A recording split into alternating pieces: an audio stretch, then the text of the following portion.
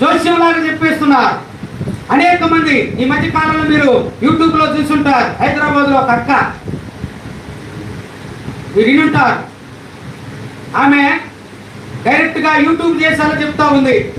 యేసు ప్రభువారు అంటే ఆమె దగ్గరకు వచ్చేసి, ఇప్పుడు మీ ఆయన ఆఫీసుకి పోయాడు కదా, ఇక మనం మాట్లాడుకుందాం రా అని పిలుస్తున్నాడంట. చూడండి ఎంత ఘోరమైనటువంటి తప్పిదాల్లో క్రైస్తవ్యం వెళ్ళిపోతుందో. గత 20 రోజుల క్రితమే దక్షిణాఫ్రికాలో ఒకడు యేసు ప్రభువారు ఎప్పుడో వచ్చాడు, మనమే ఎత్తబడలేదు, ఇంకా భక్తి చేయటం వ్యర్థము, ఆయన వచ్చాడు సంఘాన్ని తీసుకొని పోయాడు, ఇంకా మళ్ళీ ఇంకో రాకడ అనేది ఏం లేదు, కాబట్టి ఇప్పటిదాకా మనం చేసినా మనం ఎత్తబడలేదంటే ఇప్పటి నుంచి మనం భక్తి చేసిన ఇంకా అది వ్యర్థమే, ఇక లోకానుసారంగా జీవితాలు పదండి అని ఒక పెద్ద రెవరెండ్ అని పిలువబడే బోధకుడే సంఘాన్ని మొత్తాన్ని 400 మందిని పబ్బుకు తీసుకొని పోయాడు. ఇది అన్యాజ్ఞి. ఇలాంటి మోసపూరితమైన బోధలు